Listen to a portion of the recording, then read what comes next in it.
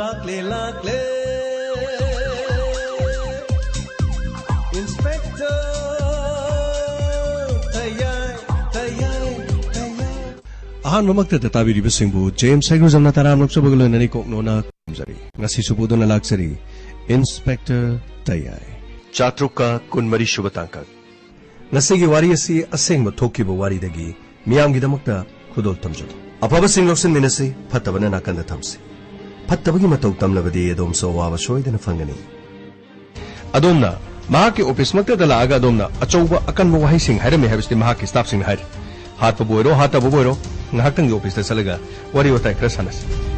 Adomna sumame ekoi tekta kaidana thadok sarki kariguma adomna lalamagadi ekoi bu warobi kakhatpiu gari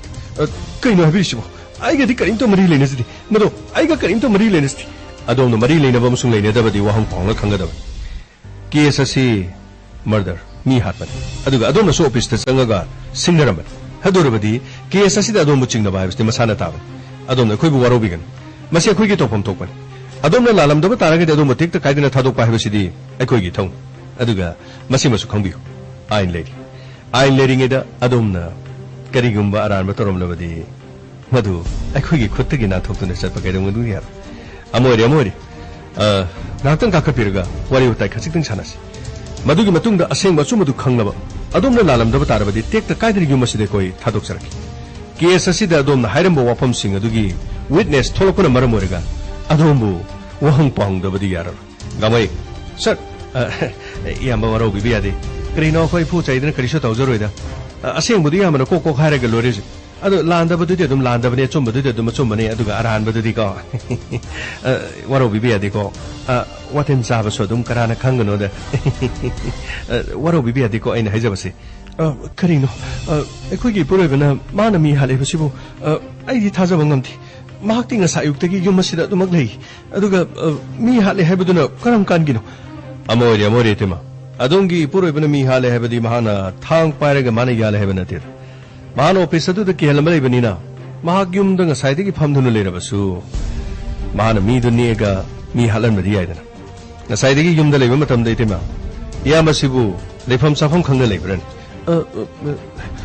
adu budi ma khara masagi phingbanara karina no aina su hangbudi hangamari tema mi hatpa mi haibasi tumina famdunu leba yada aduga tumina tumdunu su leba yada Mahana tawjaki ba marala dui matungina masada su reaction atumak leibani tem tema waro bibiyadi adongi puriba lalam drabade khole tekta kaidina dum thadok sarak aduga case asida mahangna migi office ta sangaga khut singnara manina madudi waro bibiyadre tema kakapio yama kakapio ai karimata landabani ai yama lande haiba singaduna lalam ngakta aduga Aikoina singnaba aduga kariguma matamda lalamdaba sudumya waro bibiyadi yama kakatpiu gamai phani lakra yama sonda lakra sonda ngaiga dawride ko toro gamai so matam si theng fagni sir nasi di ngaiga dawrida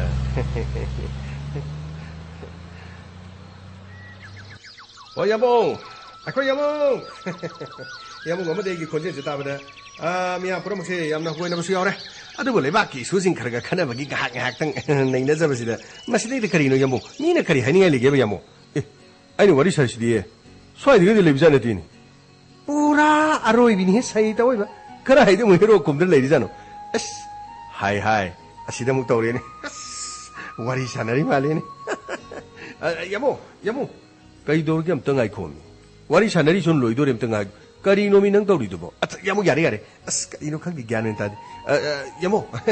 sagim pubi matangdo, madu amta habiramu. Yani, yadum pau pau zarabani. Isan thobina ne sagim pubi hawai zargane. Hekta as pan mo kari, thak laurgane. Hekta torgen haben. Yani hai habi wa makha dum ta sagani. Untok pani sei ta oiba. Nangbu sagim pubi matangdo kamdo rogene. Chaning bana madi matin arer ta da ne leire. Karino sagim pubi bu pan ga taw dori duga hawai zarga karigano kamdo dori no taw dori dubo. Yamo, aidi panga hawai zarga do. Hazana mathelo loine chumna hapaga amutang pija sirana tawbaneba. Karino ne haisibo. Ai budi pi pijaning da bai wara duga ai ko ito do ina pijaning bai wara. यारगदी आईगी सरुक खरे दम यावरोइदी कइनो हाइदबो यामुकिसु यावगदोइनि कइनो हाइसिबो इतो खक्तगी सुनदना अदुरिदी खरे थुने कइनो लोइरगा पाउदो हाइरकपो फै सोमदा मने चानिंगदने तौरिसिगे यारे यारे नंग थम मा सोम लेरेदी वारी सानबदे इंगोंदा बिराका दोरियाबा काउनी को आई नहीं चबदो इसे तो बिया काउनी को सके बोबो तो काउनी को यारे यारे थमखरे नंग हेक लालांग दर वारी गम तो सानपम मम ते खंगरम ने अस अदु वादी अमो सोना कनन हानि मा थमाने पिरकपा असार दो सुबु को हावबना आइदी लोइने साथोकपदने अस पुरा लोइगिदोरे पुरा आरोइबिने खोआउ दुदि सैते अदु इमा दुबु कमदोर जानो सलगा हाइपेतंग नों फादोकसु येंगुबना अदुइ वाबदि मथंग सगेम पोम लौ चपद कइनो कमदौरिनो द तुमिनि येंग तारे करिगुम मचानु पादुना फत्त नुंगदे तौदना दु ममौ नुपिदुनागा अखोइ मांगद कदर फदर तौबो एरम तारगना करिनो अखोइ चलिंगे दुदि हिदाक तु तोरम तारेदना अस्सि यमौ सही तवइबा पुरा रोइबिनि सही तवइबा ए यमौ यम इकाइबो थबो खर लेरिनि कइनो करि अमुक तौरगे अस यमौ पु चाइ सारिद लेबाक्सि इंडिपेंडेंस बरान बहुतो सेरान तुरान ईदना मसिदगी करिनो सही हुंबुद्रा मंगा सुबगी भारत के आइदुना सही हुंबुद्रा तरुगनि इवन मरोलम वायरल पुरा सले हंतक्ति मी वायरल सत्तबे वानिद मयेक ओइना आदि वाहै ओइना वायरल सत्पि वानिद यमु अदतै तसिंगना हाइरबदि मी मंगना फाउ ngमद्रबसु मयेक मंगना फाउगलकपै दुदि दुम फरिमनि पुरुकी पुवारी कल्चर की सक्तम ngak sen बेदुगा कंगलेपाक मणिपुर की मतंगदा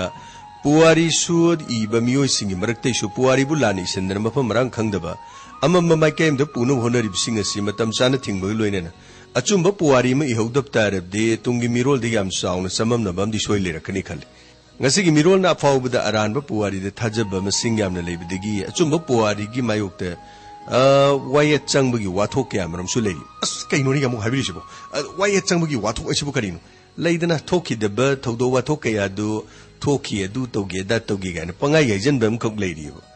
इसम सम नाइखोइ gi लेबाक मणिपुर बु महाभारत की मणिपुर ने ने हेक हाइगुम्बा चिमी तमी मेतै सिंबु प्रभु बुहनगी 14 नौदानी गानी हेक पंगाय हाइजनबैगुम्बा कुनायसी मौसादगी सागोनरकिबा पोकपदगी सिबु फावबगी जनबी थोरम परियंग लेरिब सिंग असि लाइनिंग लाइसोन गौरव हिंदू की थोरम परियंग न महु छिनजिनदुना पुरबसिगी मियामबु तोंगानबा हौफम सातपम ममदि मपा मपु सिंगी मसक खंगदबा इमगी फिबम द लेलिब सिंग असि करिदे लाकुनोइदि कोइ खंगमि याय धर्म ऐसे कैसु कायदे अमा लैरिब सिंह दो दुम निंग बद कैसु कायदे मुस्लिम की इस्लाम द हिंदू चटपद दुग तोंगान ब सिख ईसाई की लेरी अदुम चटपद कैसु कायबदि लेती है मयांगे निंग थौरे नमतगी मखासु पोलखिदब दुग मालेम की लेरी बमियो कांगलुप सिंह की दुग आरियान दुग नेग्रोइड लोइनना कोकोसोइड काइन हाइब मसिगी लेबद नतना मंगोल लोइना चिंग बसिंग मरकता मणिपुर की येलोमी सिंह दुदि थिक नेम्बा नातो नंबर मिट खूब मंगोलोय कांगलुप की सदानोगदानी सिदि सेंगबो वाफमनी सिदि पुनमन खंगबो वानी अखोइगी जिनगे दुग मंगोलोय ति लेरि जिन सिंगजिगा तोंगा तोंबे एशियागी मफमद लेरि सिंग अखोइगी मानय सिदि सेंगबो वाफमनी लोइनना मालेमगी ओइबा मियोय कांगलुप सिंग सिदगी मागी हौरक ऐदगी सागोन जब लाइनिंग लाइसोन नाट की चनबी लेरि सिंग असि कंगलैपाक मणिपुर की येलोमी सिंग मरोइना मैतै फुरुक की चनबी लाइनिंग लाइसोनम दि थोरम परेंगतना टॉप टॉप मसक अम ओइरिमनि मसिमंग मालेम की मियाम मणिपुर की कंगलेपाक की नाट की चनबी अदुगा फिजेट लेटिंग पुंग जगो इसे अमदि ट्रेडिशनल ओइबा मसाना सिंग असि ममिंग अदुम चलिमने अस यमु अदु हरोदि पुरा चुमनि सही तोइबा पुवारी नाट की चनबी दि मियामना मसिगी तोंगा तोन मिरंगी मसाकसिंग हापचंदना इसिन की बदि पुवारी बु मरिंग मरांगन बगी फिबम द लेलिबसिदि क्वाइदि लेबक थिबनेना हाइबि याइदा यमु अदु वाबुदि पुवारी अदि समजिन साजिन बदुगा कांथोकप यादबा मनिदन मसिमंग पुवारी सी साइंस ने हारिम असिब मकोक थिब नति हाइनरिमनि अदुबु कंगले मणिपुर के लेसेम लोन अदुगा लेंगाक लोन अमदि मसिगी चनबी नाट की ओइबा सक्तम की फिबम सि करि वरिगे आइदो अखंग सिंग न थमोय सेंगना नैनबै मतम दुदि यौरमने अरानब सिंग की फौमान खनबगुम अमरोमदा अमम तवैना खंदोक्तुना तरंग तरंब सक्तम अम थमननबा थेंगलबसु थेंगना तौबै मथौदि तारिमनि फिबम असि ओहेनम होनबद लेंगाक की ओइबा सामना चाव थौदामसु लेतबदि नतिय कुनाय सिगी लेंगाक सिंगी मफम द मरैबाक मरमदबो करि हाइन थमोय सेंगना नुंसीबा ngamlabde पुवारी अमदि नाट के सेंग सक्तम मदु मयेक सेंग होनफम थोइमने नाट दाइबदि कल्चर दु हारिबसि फुरुप अमगी सगिक मिंगसेन ने हाइनरिम मियोय फुरुप अमना मसागी नाट अदुगा मयेक मसोन अदुगा लोन सुना लेत्रब तारदि मियोय कांगलुप अदु फुरुप अमने ने लौसु यादे हारिम Manipur Kanglai Kunai Puru Basiguina, the Hari Basing as Yamato Watan Lager of Su, a saying by Sakta Madungak Senduna Tambangam the Bigi Pibum the Lyric Lipsi, Yamna Labok Tivni Hype Day. Culture I've seen Bagadugi, Furup Amagi, Netrega Mio, Kanglup Amagi, Horupum, the Masak Mong Amadi, Matik Magun, the Kupna Kangan Betenetana, Kanglup Adugi Wina, Duga Culture Gigam, Chow, Mating Pangi, she a Chumania. As Yamo, Yamung Saida, we Yamun, Maria Chumai, there was a Yamu Mommy Thunder Berakaranico. At the day, Mio Kanglup to the Gimi Masen, Maratamaga Magatona Tinali. Nuxi Sanabagi Lipuna Pulip, she culture never quick Mio Victor down the low we have tiny. Some night of the culture is Mio Vigi Tamoidam, the Wakalon the Pauriba, Sushin Kraba, Yamna Mama Labor Posakamani and the Hype Tie, Masida Sunate, Purup Natraga Lebaga Magi, saying Mixian near Nahaina, Mayamna longer him near. Culture Mana Baduga Kunayasi Hingliba Musing, Aduga Numidangi Punchida Manamabu, Tingbang Naduna Wanungaigi, Sarukta Yamin Halim near. Yam saying I have the Punalingjan man and the Puxian Cogentin and Himina Lehabtai. Adubu Manipur Kanglipaki culture guessing Mama sector. Maring marang han ba duga tongan bamarakta lingjen mana da bagi maram urkanda tasing na harap da masikuhan na ba asing ba culture asing ba puwari tarang thamu hono ba mathau tai asya bong mian man ta de gyanam ta de saita ai koi ne koi gi horopong koksala ba ai koi ne koi gi chana bi koksala di asya mo mami thangda dine ai koi ji kari jati no na khangoi saita pora roi bini saita adub di ito pom na gyan taraga mayam gyan ta drip sinidna asya mo ai go do monza lene yamu pora Roy, we say the Quayabugi. Yari. See Makatarak the Chonda Panga Hawajar, Carino Chagam Pomi Matang Dolan. Carino Garido, Todoro Ibraka, no Candobono. At Yamo. Timing Chanasalaga, Lauro, oh, Sana, Duga, Shak Prafra, what do the Sarah Hiderga? Pattern of the located Yamo. I do you have the how do you Janida? Tongdori Ducanano, Ducaludana. Yamong Saita Waiva. I couldn't see the Thomas, who I tried to pick again. Yare. Nakoinuxi, the Nanuxi, Jabimating, no Quenuxina, Tarokado, Monsing, Domana Nuxina, Loloca, the Bayron, Bedu, Pano, Doribrecari, Doribno, Tangjing Yagur, we are directed the H. Yamung Yare Saita Waiva. Hana, Carino Tangin Bobana, Taruki, Carino Carino Todo Pirose. Yare. Adelaide. Or Arroivini at the day.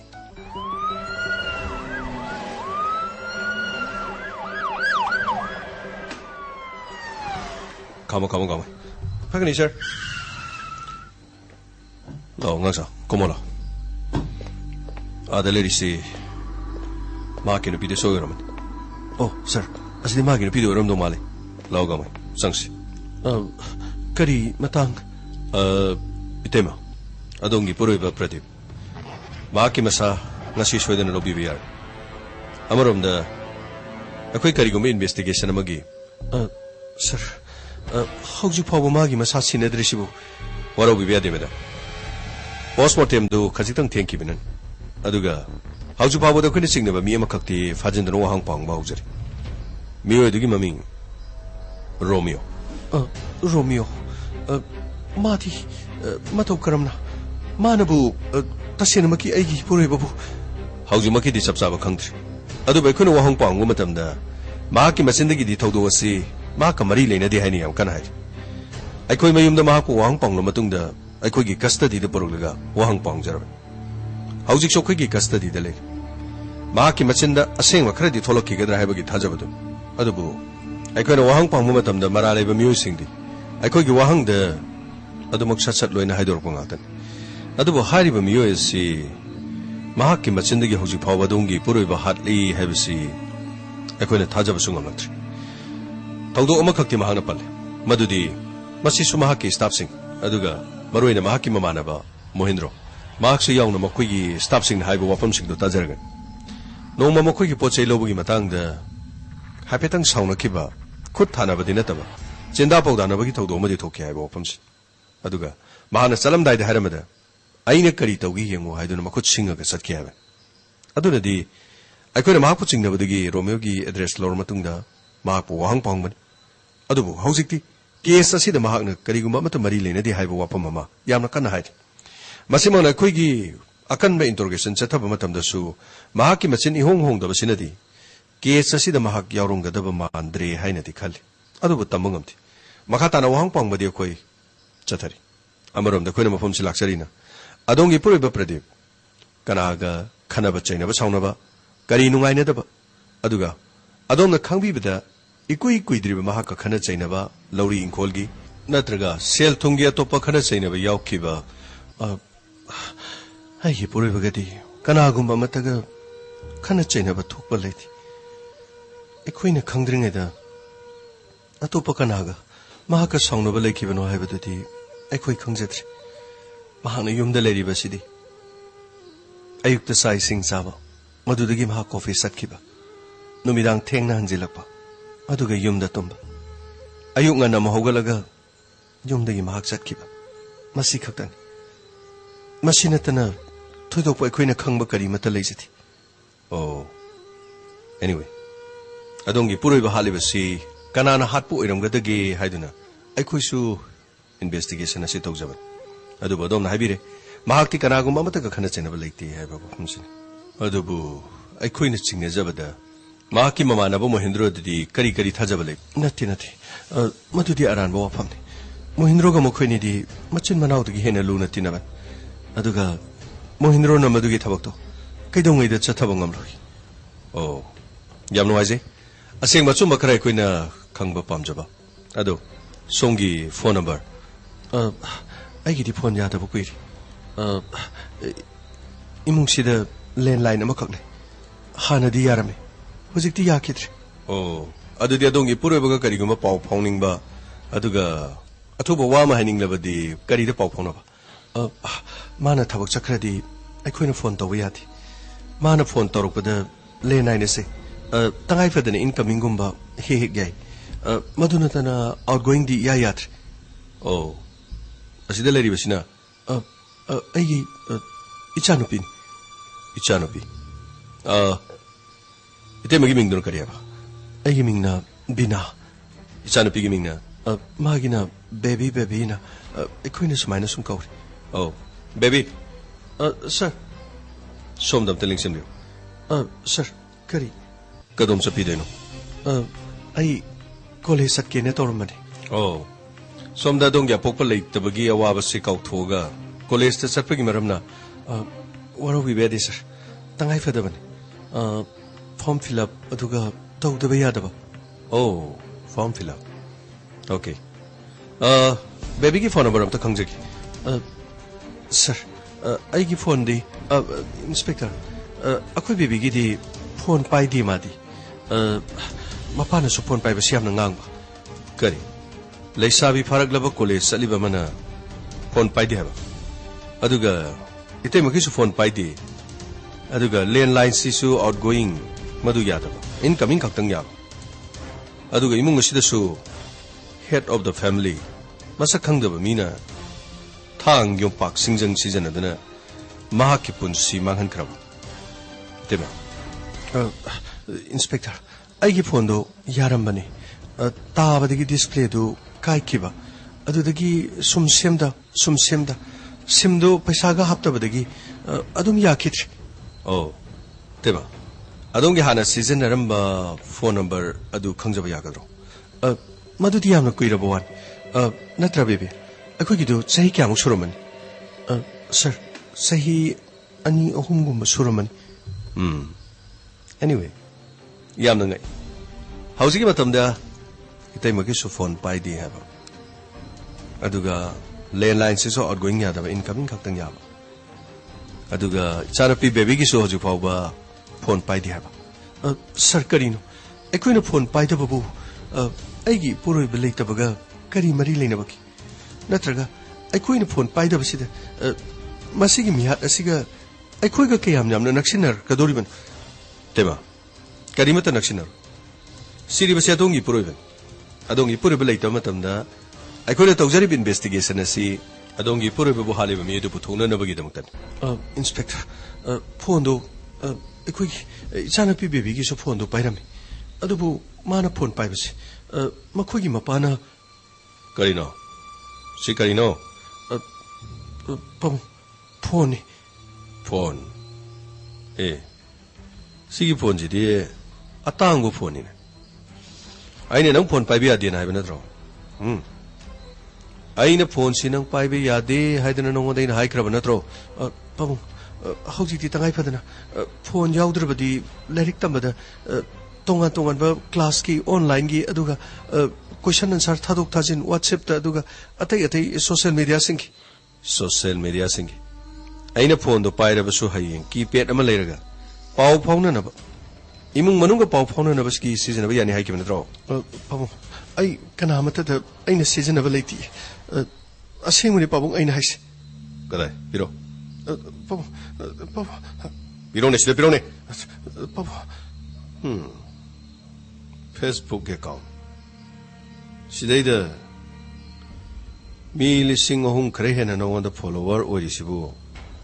nate lising ahum sinama khoi na nangonda friend request tawrira nangna tawrurira nangna sida happy photo singa si nate nayum palaga bro nayum palaga bro nayum paninga gadi kok lo hong pigan larik tamaga senting halaga kari kana durge larik tam ge bra nayum pan ge bra nupa ge irang to ge bro kadai sida kare heba nungsi pami haraktro nungsi pami haidana sida haraktraba pabu ingonda kanam ta harakti ai tumi leune nangonda friend request tor kwai sinambu pa ma deini ne nangi na saktu gi angkanda moina koiningba nungsi ba phawba apamba phaw aina madu yaro ina namam sa da ini yam kana hai kamra tro ai sidalo kari moi pabu aina no da kare hage anga si phone pahan bi yaro hai nati nangna phone se leira pirira natraga na sanu pc atopa nupa maga khangna halaga na sanu pi du bu hadunu yolaga mi adu dagi paisa lorga na sanu pi phole ro na sanu pi phole ri raba moi pa lane lobi gano phone atu aina tum sinjaraga tangai phadana leisa bi su phare college ki su atai season na begini haidana moi pa aina kera hai aina kera na ke nasanu pi esi phone pai biaro aduga nang su phone pai biaro hauji ge kairo le kai sti ho mai cham cham de yum thong khuding makta chatlagi yo mau ayamba nupa mata koina da balaisalak leisabi ayamba nupa koina da mata laiti adu rabadi nupi na polai ba mapok se bu nupa ga mari leina na bro nupa ga mari leina na bro na khoi ne matik sarabadi na khoi bu soidana imung asida mau oijage haidana mi sang kador adudi natada lyric tamasu loidri the mobile phone pairaga social media da hanga nupa na hasing ai nupi na khoina khangdaba leine nupi na khoina khangdaba lei nupa na khoi de hengo torong libagi maram se kari lo khamro na khoi de gi khudong chaba launa na na khoi de gi khudong chaba pambagi na khoi bu khudong chanana bagi na khoi bu oining bagi na khoi bu pambagi na khoi bu kalapagi machi puna bakching asi kangro asumna masanu pisu yamna thina pui aduga aibusu yamna thina pui imungi thongjinda yochai sang ma tham yochai sina kanmada khut maram aigi sida tari ba singbi aduga masanu pigisu masa managanda aduga mapaiganda maning punumak singase mapamana machamada sumna phuba hongnabra aduga nupamana nupidabu sumna phuba hongnabra tawdo sidiyam nungaiti adubu itema karigumba sigumba khana chainaba si thokpasina maram oraga adoma madi adongi chanupiga pullaga ipuroje hali jalo nati karino habiri bo afam duba aikoina matau karamna aigi nupa aduga aigi baby gina apokpa mapa matau karamna aikoina hatka doriban mahak hat krabadi aikoidi kanana thakpigan aigi chanupi baby gi punsi kanana sembigan aikoina matau karamna hatka doriban aduga amna thina tathina tawba aduga yochaina kanba phuba chaiba tawba duda aina khanjabada adongi puroibasi ichanupi amadi adomu yam kan otle haidana kanana khang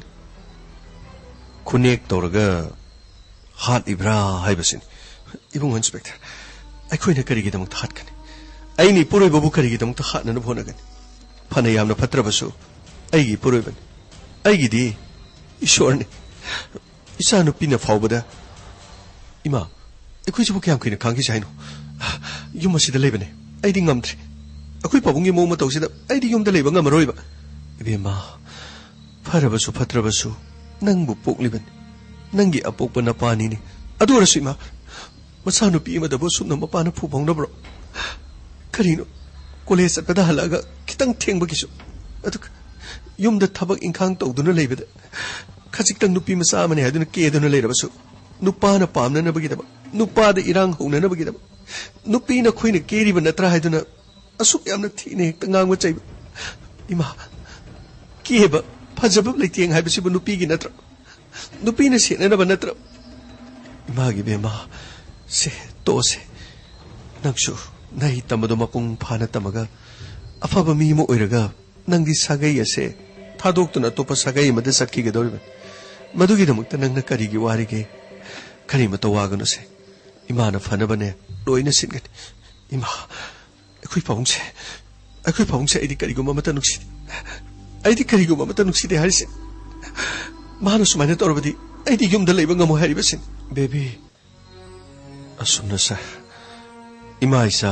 यामना खन्नकी यामना तानकी अदुबु आइगी Hague इपुरोइबाबु आइना हाटननबगिदि आइना कैदोंगैदा आइना खनखिबा लैति फरेतेमा अमाबोरे अमुक्तंग इतेमसु निंसिंबियो अदोंगी पुरोइबना दोंगी चानुपि अदुगा अदोमदा यामना थीना तौई हाइबसिना अखोइसु अंगक्पा मदि फाव अदुबु होय अचुमन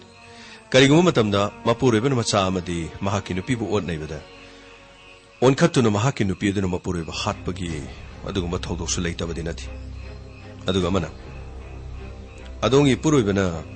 महाकना लैबा इमुंग मनुंग असिगी तोंगान तोंगानबा लनथुम कयामुग यामना लैबगी महाना यावरंबा तोंगान तोंगानबा insurance अदुगा मदुगी चे चांग पुनमक्सु अखोइ खंगबा palm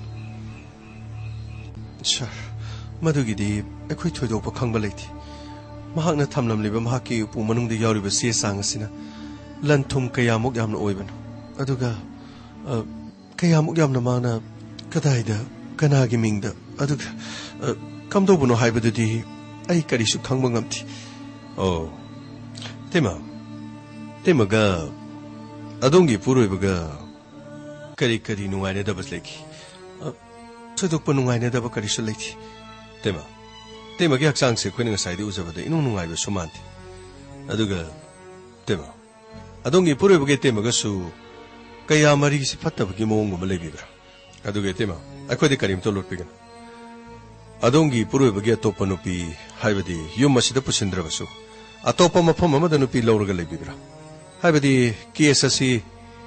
अतोपा नुपी अमगी मरी लेनना अमुक लमन खुंबगा मरी लेनबसु मदुसु अइना खंगबददि अरोनबा दुगुमदि अमता लैथि अदुबु अइ खंगंदना अइबु सुंताक ताकतना अतोपा मफम अमदा नुपी लेरमगदरनि अइदि मदुमक हाइबदि ngамद्रे ओ तेमा ननाव अइगी वहांग अमदि तेमगी पाखुम अंगकपनि अमोरे इमुंग असिदा करिगुम खरदे इनोबो फन अदुबु अइना सुमरमदु हाइबदि ngамद्रे एनीवे बेबी सर सोंगी कॉलेज सरकदबदु मतम थेंगबदार अदुगा अमतंग हाइजगी बेबीगी सोशल मीडिया दा बेबीगी अकाउंट करमना लेबगी sir baby Maibam baby Maibam okay अदोम फोन पाइदि हरगा बेबी माइबम हाइने लै हाइसिना मतौ करमना सर असेंबदि आई फोन पाइदबनि इमानब सिंदगी कॉलेज नंग हक वायरगा मखोइगी फोन दगी पारगा आई अकाउंट हांगा आइगी दो मुक लॉक आउट तोरगा मुक मखोइगी दमुक थमंबा अदुमाइना तोरगा सिजनबनि अदुगा हाना अइना पाइरंबा फोन दो अदुगी फोन अदुदगी अइना मते खरा हांगोबनि अदुदगी आई मखाताना फोन दो पाबुंगना यादबदगी फोन दो पाइखिद्रे अदुगा फोन अदुसु पाबुंगना ओ एनीवे अदोंना फोन यारिंगेदा पाइरंबा अदुगा हौजिंग अमुक अदोंगी मानबी सिंदगी वायरगा ngahak season nei haibo wapamsin anyway yam nungai hौजिगी मतमदा इंखलकलिबि लेसाबि amana phone pabung ne yadabadagi pai khidre haibo anyway dudi हौजिदी पाबुंग लेखिद्रबनिना फोन पाइबसी अथिंगबदी पिरकदौ मान अदोरबदी मखाताना फोन पाइबसी इंस्पेक्टर अंगांग अदुदा अदु क्यामना वहंग अरुबा हंगबिरिबा करिगिना फोन महांगना अमुक पाइबा यादे हाइबा लेब्रा मपा लेखिदबा मचा अमना फोन सिजनबा यादे हाइबसिबु मदुगी अतोप्पा रूल अमगा लेब्रा तेमा मदुगी रूल करिमता लेथि हानदी पाबुंगना थिंगमबनिना पाइदबदु हौजिदी पाबुंगना थिंगद्रबनिना पाइगद्रा पाइरोइद्रा हाइबदुगी वहंग अदुगी पाखोमने इन खंगजनिंगिबा पाइगनी और पाइरोइ सर हौजिमकिदी इखोइगी मुं खुदोंग यामना चाथि फोन अमा लेबा ngambagi फिबम दु लेथि करी हाइबा अदोंगी अपोपना टेक्सटाइल की कंपनी अदुगा तोंगा तोंगा हैंडलूम की फिसा लोंसा तौब सिंग लंग कया मरुम पिथरगा सेल हैथरगा बिजनेस तौबदि ngamaga हौजिकना तैचाद्री फोन लेबा ngamde हाइबिरिसिबु तेमा वाफम असिबु अदोंगी पुरोइबदगी करिगुंबा सेल की हक अमता फंगदव नत्रगे तेमा इतेमसी तामोना अकोनबा लौबा नुपी ओइब्रा तामोसे हाना नोतोपा नुपी मथि बिरमब्रा नत्रगा तोपा नुपी हनम लेरिब्रा इफिंगो करिनो हारिबो वाफमदुबो करिसु तौती आइनि इसा फत्तबगी इसासे पिटपा नादुना दुम लेब अदुगा इसानो पासु याउदबा मदुदगी इसानो पीसी खक्का लेजाबन इसानो पीसी तंग मी ओइरबदी हाइदुना मखोइगी पाबुंगना एखोइबु फुचैबा ngang पुनमक मधुगी मिचैदु खांगदुना लेजाबन चुमिक करिसु काइबा लेति इपुरोइबरा nganglibado एखोइगी फननबगीदमक्तन इपुरोइबना मागी मचानुपीबु पानरिबा nganglibado इसानुपीबु अफबा लंबीदा लाक्ननबगीदमक्तन हौजिगी मतम असिनदी मोबाइल पाइरबा मतुंगदा मी अमता अफबा थबक तौरक्तरबनिना मोबाइल ना अमांगबगी अमांगबा ngakta अदुग अमदा हातलमेगा अमदा तारमेगा कौथोक पिखरेगा सेलमलबा मतुंगदा हुंदोक पिरमलेगा नमथाक तौबिरमलेगा असिगुम मयामसिंग असे ख्वाइदिगी मरु ओइना मतेंग पांगलिबदी मोबाइल हाइबा पोसक असिने मरम असिना मपाबुंगना मतम पुनमक्ता महाक्ति सथोक्तुना अदुमक लेबा अदुगा असिगुम थौदो वाथोकसिंग असि याम तत्तना ताबनिना महुना फोन पाइरगा अतोप्पा नुपागा मरी लेनबा असिगुम थौदोकना पिकथलकपा अदुगा लेसाबिना फोन पाइरगा मखोइना मखोइगी इज्जत पोंगापा ngamlaktaba असिगुम कया लेबसिदा मपाबुंगना वारौजबगी ngang चैबा फुबा चैबा तौबा खक्तन वारौबिबा यादे सर एखोइबु लाना लौबिगनो एखोइना तुपक तपाइ लेबसिदा एखोइबु इंस्पेक्टरना लाना उबिबा माले यारगदी एखोइबु लाना लौबिगनो हाइदुना नोलुक्सरी तेमा एखोइबु लाना लौरमा तेमा तसेंगना हाइरबदा तेमगी नुपासे मियोइ खरना थांग अमदी सिंजंग योपाक सिजनदुन हालम अदुसु महाकी ऑफिस मक्तद अदुसु महाकी पार्टनर ओरिबा महाकी ख्वाइदिगी नकनबा मरु मोहिंद्रो की ममा मक्तद अदुगा हारिबा थौदोसी ऑफिस अदुदा लेरिबा स्टाफ सिंग सुलोइनोइ एनीवे ऑफिस सम लेदना अदोंगी पुरेबना सेन तांदन होनबसिदा इमुंग मनुंग सेन खुदोंग साद्री हाइबा वाफम अदुगा इमुंग मनुंगी हाइबदी अदोंगी पुरेबा प्रदीपका सेल थोंगी मरी करीमता लेनदबरा इते मखोइने यामना तोना लेबगुंबा मा नत्रगा करीगुंबा फिबुम खरदी एनीवे वाफमसी माकी ख्वाइदिगी नकनरिबा मरु मोहिंद्रो मंगोंदा हंगबदसु वहांगसी पाखुमसी फंगबंगमति अमोरे अदोंगी पुरेबा हालिबसिदी कनागुमना रिवेंज तरोपन हाइबदी लमन खुमलपन इपुरेबना यामना काइबा थबक खरा कनागुमदा तौखिबा लेबा नत्रगा तौखिद्रबसु महांगना तौबनी हाइना खनखिबगुंबा सोइदनमकी महाकी पुंसीदा सिंगनबा अमदि लेरे हाइबा वाफमसि अदुबु ख्वाइदिगी लुरिबा वाफमथि महाकी येकनबसु कनामता लेतबा महाका खनत सैनबा कनामतासु लेतबा इते मखोइना खंगबदसु करिगुंबा अमता खंगबा लेते हाइबा वाफमसि अदुरबदी असुक्थिना महाको हालिबसिदी करिगुंबा थौदोक अमदि थोखिबा लेरे हाइबा वाफमसि थौदोक अदुना मरम ओरगा यामना सेंगना हारबदा अदोंगी पुरोइबदा लमन खुमलकपन थौदोक असे हाना अदोंगी पुरोइबना मियोय अमगी पुंसी कनागुंबा नत्रगा कनागुंबीगी पुंसीदा नुंगाइ हलमदबा सोइदना लेरंबा याय मदुगी रिवेंज मदुगी लमन खुमदु हंदकी मतांग सिदा अदोंगी पुरोइबदा थांग सिंजंग योरपाक सिजनदना इपुरोइबबु हालिबसे अराइबदि नथि इबुंगो इंस्पेक्टर अखोइनदि करमना करी खंगनुगन अखोइदि तसेना करी मत खंगति यामना सेंगना हारबदा माकी यeknaba कनानो हाइबसु खंगति होय इमुंग असिदे अखोइना माबु खरा कीना हंगोइना दुम चले मदो अखोइगी तोपम तोपन इसानो पिसु काहिना कातो कारण तौति ऐसु माना पामदबदुदि करी मत तौति अदुबु माबु कनाना करीगिदम खालिबन माना कनादा करी लानखिबगिदमक तौरिबनो हाइबदुदि अखोइ करीगुम्बा मत खंगबा ngamसुति अखोइबु लाना लोबिगन अखोइबु करीगुम्बा मत चिंगनबा मी येंगना येंगबिगन इपुरोइबा काइनबगी मैचांगना थमोय असिदा ओमदुना चाकलिंगे इबुंगोगी इन्वेस्टिगेशन असिना ओनसिनदुना अखोइदा चिंगनबगी मोंगदो मु खंगबिबसिना अखोइगी थमोय असि पुबा ngamत्रि अखोइबु वारोबिगन नत्रगा अखोइबु चिंगनबा लेरबदि अखोइबु फाबियो पुनबियो अखोइबु चैराक पिबियो अदुबु मसी मतंगदि हाइरि अइगी पुरोइबा अइना हातपा नत्ते फरे तेमा वारोबि बियादि मिसी असिगी मतंगदा अखोइ करिगुम लंगला लंगजेन अमता फंगत्रि सुमना तंगी रोमियो हारिबा मियो असि वांग पांगबा मतमदा महाना हुजि फावबगी दे चुम्बा करि मता हाइत्रि अदुबि तेमा अदोंगी पुरोइबगी थवाइ याउद्र भक्सा थेंगसु थेना ngasi सोइदना लौबा यारन अखोइ चचनबा तौजकी अचुम्बा सेंगबदुदि अखोइ सोइदना पुथोकनी तेमा अदुगा वारोबिगन इतेमगी इमुंगदसु करी करी चटनरिबगी करी करी नियम लेरिबगी अदुगा अदोंगी पुरोइबगा अतोपा मीगा खना सैनखिबा अदुगा करी करी थौदोक लेखिबगी हाइबगी हंगबा लाक्सबन अदुगा आइगी वाहंगदा आइना मतिक चाबा पाखोम पंगदे हाइदुना इतेमदा हंगबदा कितंग हेंजनखिबा यावरसु इतेमना ngakpiyo तेमा अदुदे अखोइ चनबा तौकी गामay सर चनबा तौसी फनी सर संतोष सर लो पुनमुख चसिलो फनी सर करिनो सर सिबो करिगुम लंगलांगजेन अमा फंगदो मानब्र सर सिबो गामay लंगलांगजेन खरदि फंगबुगुम तौ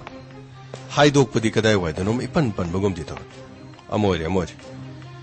हौजिक नुपी मसासी फोन पाइदे हरि अदुगा संतोष सर माके सोशल मीडिया की अकाउंट दु चेक तो अदुगा मयुमदा लेरिंगे मतमदा सोशल मीडिया दु एक्टिव ओइब्रें क्रीनो सर हजिकी मतमदि हानगी कीपैड कोम करिगुम लेरसु सर कीपैड लोमदगी चंगागा करिनो सर फेसबुक लोमदगा चंगागा कमेंट पिबा याबा अदुगी येंगबा याबा खोटपा कैदोबो सो अदुम लेदाइने सर गामै हजिकी मतमदि यादबा मतले मसिदि इंखललिबा नहासिंग हेना खंग मधु खक्त नथि सोशल मीडिया की कानबा पुनमक्सिंग असि खंगना मतुंगदा मांगजबा तोंगजबा अदुगा नसिगी पृथ्वीदा ख्वाइदिगी फावरबा हाइकर मयाम थोलेस हैकर सिंग असि नमकोइना तोंगा तोंगनबा मीगी बैंक अकाउंट हांगदुना लेरिबदु थंगनबा वेबसाइट अमदगी चंगगा तोंगा तोंगनबा टेक्निक या सिजनरगा हैक तोबु युवारि लेरि चनबा तौसी फंगनि सर अदु करिनो sir ngrang inu pa dudi kabak kabak su khara su phugum tore sir mana oidradi ma ba mu thado ke dere tham ke dere sir hore na muk sir ai gi waten do ko na ba mu phugi dere sir gamai phubu chabi yati yengba ta bani ma gi machin kari lege du hangba ta bani aduga sados sir ma gi social media account sang aduga ma ki friend sing de sangaga kana ga wari sanai kari tawi akupa moron khangna bonus fani sir gamai thoro fani sir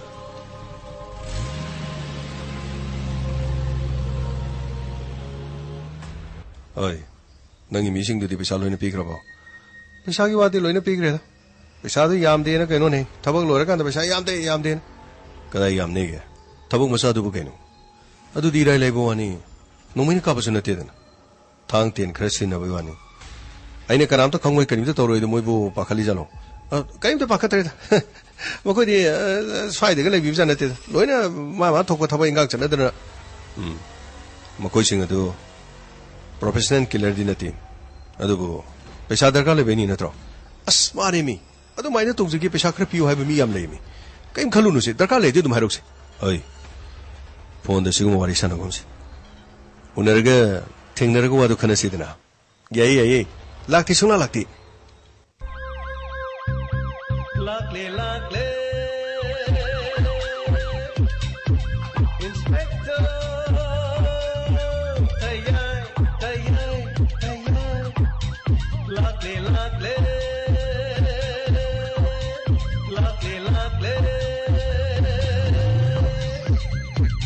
inspector tayay Utana ba Gambina ba Thank you sir Welcome Utana ba Gambina ba Inspect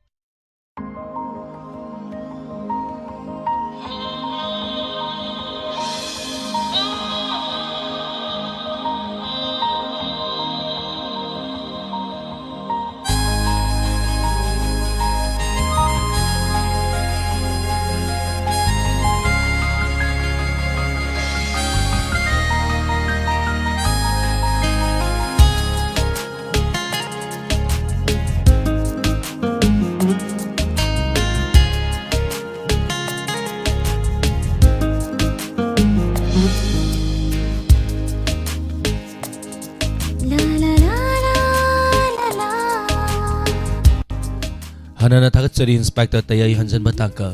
Satruk kunga mari suba tabiri ba punama pu thagatsari Thormasigi makatarakpa ten ba break amagi matung da lantok sagani entertainment program Mayang puna saruya minasi 7005-707-808 Hariwa number sida Mayang na pibira pa feedback amadi comment tentang na padzage mem chowi ngangom wari se pungning losing yam na oye na takpirak pa thagatsari Isan lintoy sanu thagatsari pabung zen kumar wari asi yam na fadzaki Tawada penjay na takpirak pa thagatsari Thambal tombi loitongba Thagatsari indu ay naam nga sige wari yam na fadzay Sir James na takpiray imabi mola konsam Thagatsari torom saruya birapa Sir James tayay wari yam na fadzay loy kre na takpiray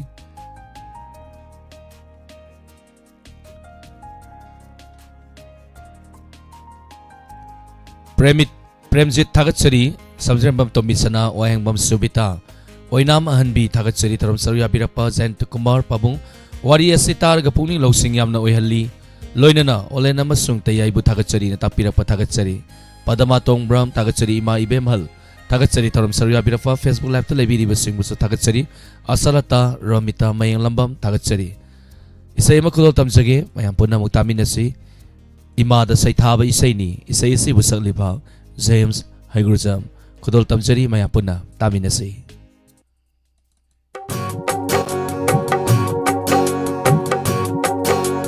Kumja masingyam late Imagi sakam mukhidaba Kumja masingyam late Imagi sakam mukhidaba Halak laroy na to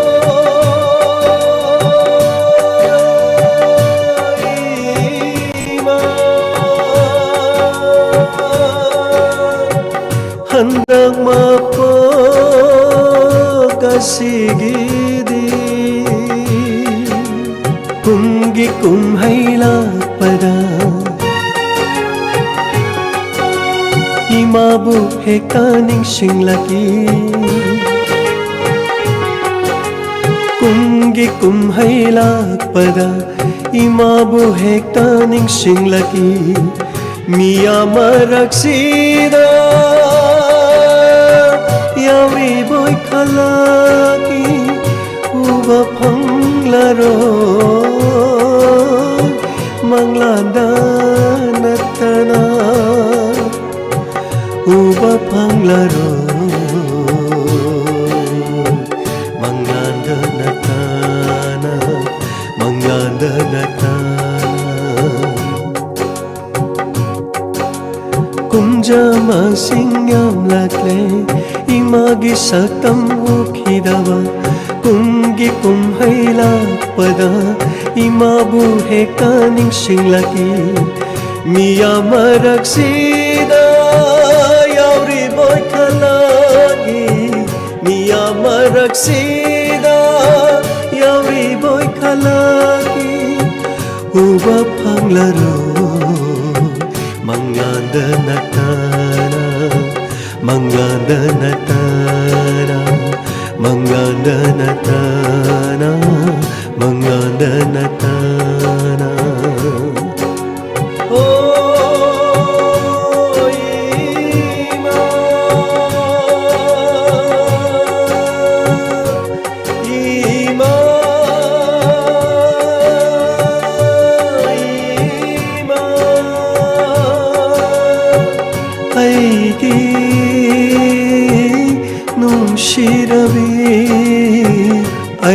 ꯑꯩꯒꯤ ꯅꯨꯡꯁꯤꯔꯕꯤ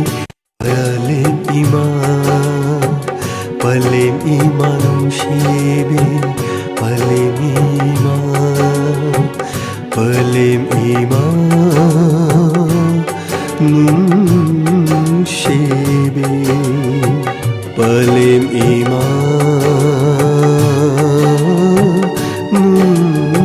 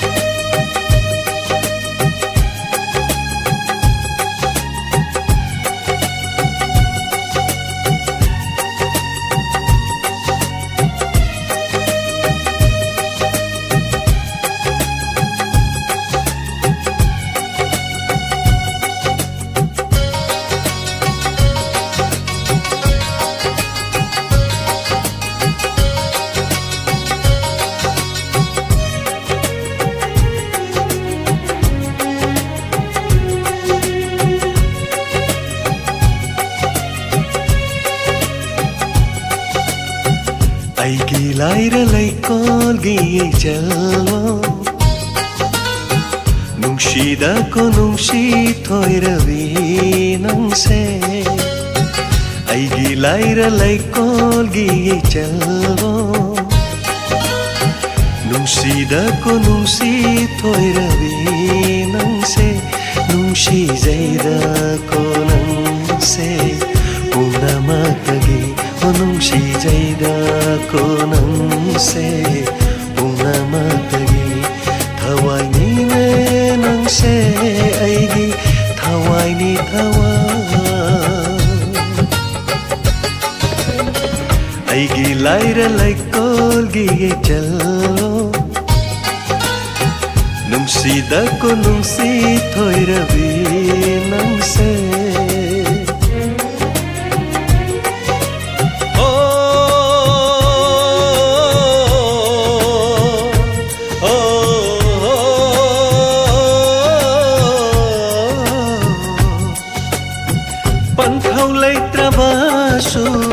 Palim leitrabasu awat palay hallo nangina bung leiri tay bang asida panthau leitrabasu palim leitrabasu awat palay hallo nangina bung leiri tay bang asida nong junong sa awahanang nong junong sa awahanang karigi sinthare mitlu dapira karigi sinthare mitlu dapira kablagano amo Kablagano amo hanna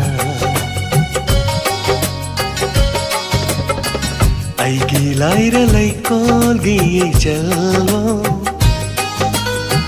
Nungsidako nungsi thoirabi nangse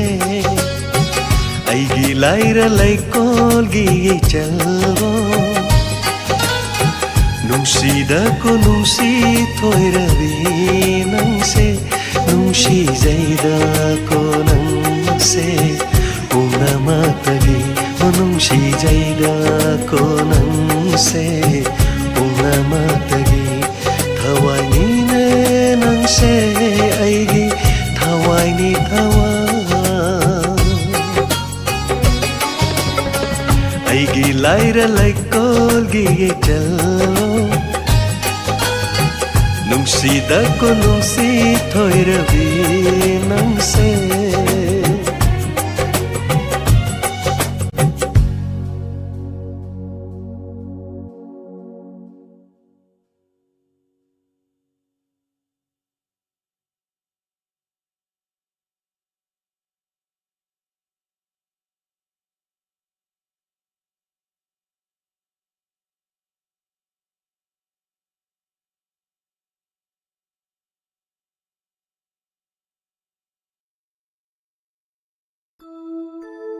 hingdi thadok tuna chatlani napam lamdam lamnushi hingdi thadok tuna chatlani napam lamdam lamnushi panhogi sanga lay horani ningolgi kasu hang horani panhogi sanga lay horani ningolgi kasu hang horani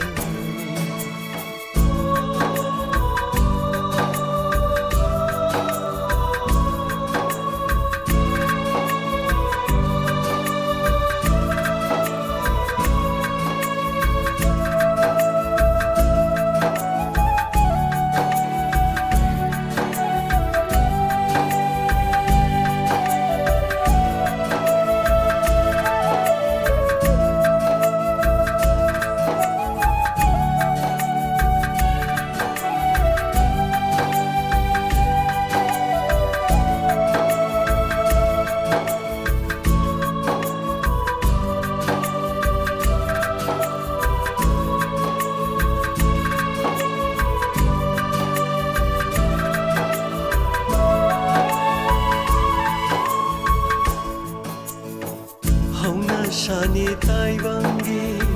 ningoloi bima pogi ningam da bathado glo anuba punshi shemluro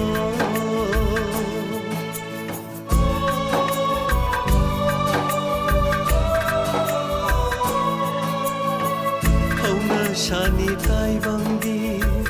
ningoloi bima pogi ningam da bathado lo anuba punshi semluro shida ningol thoi bima po ningoloi bi nangi punshi nushida ningol nangi mapo ningoloi bi nangi punshi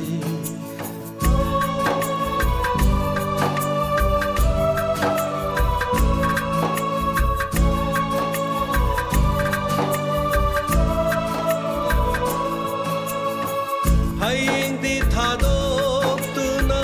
chatlani napam lamdam lamnushi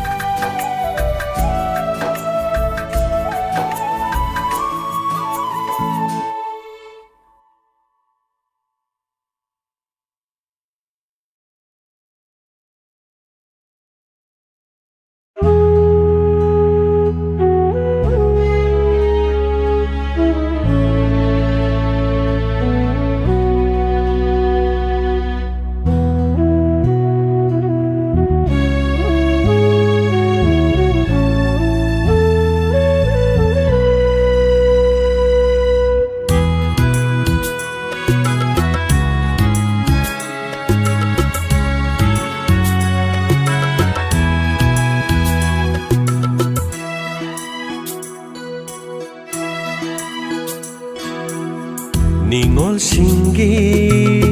jakau tha lakle lakle hiyang gai gi ningol jakau tha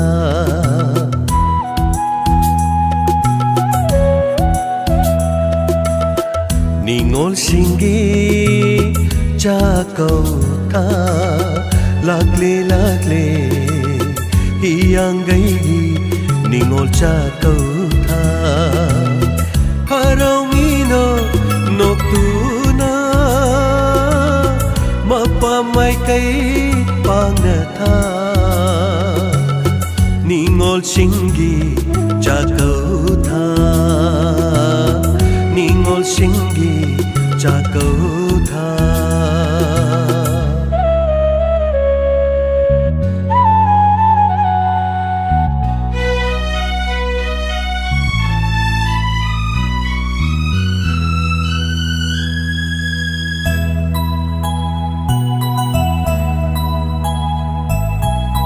लैजबा खरादं शेतला चारागा यौजनिंगना मपम लमदम निंगोल सिंगना लैजबा खरादं शेतला चारागा यौजनिंगना मपम लमदम निंगोल सिंगना थेंगनरानी मबुंग Mopa मशुंग ममानबीसिंग थेंगनरानी मबुंग Mopa मशुंग ममानबीसिंग पुकमेन पाउमेन Narga हौखिबा वारी कया निंगसिंगदुना तेंखारानी चक्रबा थवाई मितलु पिरांगना निंगोल सिंगी चाकौ था लाक्ले लाक्ले हियांगैगी निंगोल चाकौ था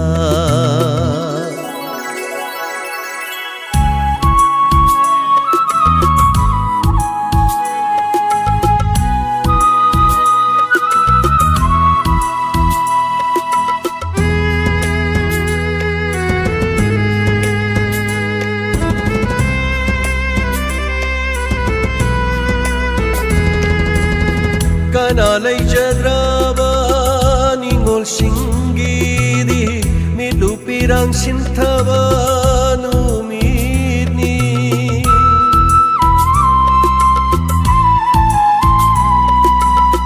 Kanalay jadraba ningol singgidi midupirang sintaba numidni Cheptha cheptha Yengjari mappa mai yengduna lakhidara haiduna yengjari mappa mai yengduna mitlu pirang kangdana ningol singi chakau tha lagle lagle hiyangai निंगोल चाकौ था हराउमिनो नोक्तुना मपा माइकै पांगना था निंगोल सिंगी चाकौ था निंगोल सिंगी चाकौ था निंगोल सिंगी चाकौ था लाक्ले लाक्ले हियांगैगी निंगोल चाकौ था हियांगैगी निंगोल चाकौ था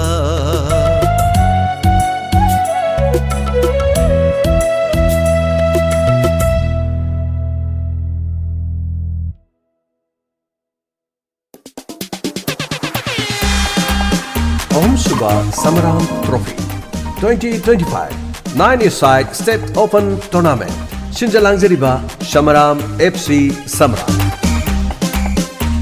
Our prize pool Winner the Lupa Lakh Ama Loinana Trophy Runners up the Lupa Lising Ubudra Loinana Trophy Best Player Lupa Lising Ahum Loinana Trophy Best Goalkeeper Lupa Lising Ahum Loinana Trophy Top Scorer Lupa Lising Ahum Loinana Trophy Match Hauduk Chagadaba Numit April ki tang tara English Singani Kungamanga Admission fee Sumnatangi Lupa Lising Tare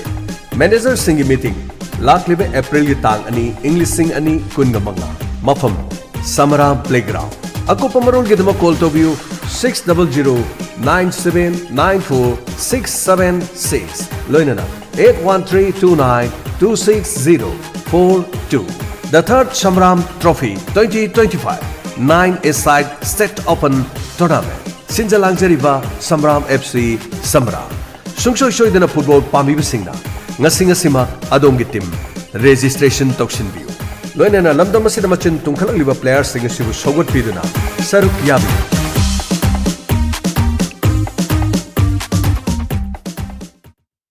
Ahanmukta dama yapura mapu kurumjari aina leizari basi khangopok bazar da leiriba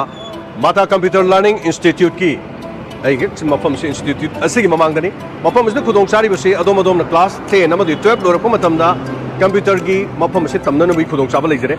loina na SSC gi coaching gi damak khudong chaba leire madu khakta natana pre primary gi rhymes training gi khudong chaba su mafam asida leire tonga tonga ma satra kya bam khudong kram mafam abani loina na adaki session asigi chu anova class hangdok chare adom na mahiroi mo oiba taragadi matik chaba computer gi knowledge leitrabadi karimatu sanafam leite maramaduna khudong chaba se lobiu aikhogi wangjing amadi khongjomgi kwen imphal om haigalakpa matamdana mafam asigi oiromda leijare thobal athopamdagina thobal mafam aside haidarakpadana yelomda hari mafam asida leijare khudong chaba sing mafam asida piriba sing asik Mata Computer ki Learning Institute mafam asida SSC ki coaching loinana pre primary gi rhymes training gi damakta khudong chaba ni leijare bis manungda sanglaga kari khudong chaba sing hena leire habadu khoi khaminasi manungda sangsiminasi law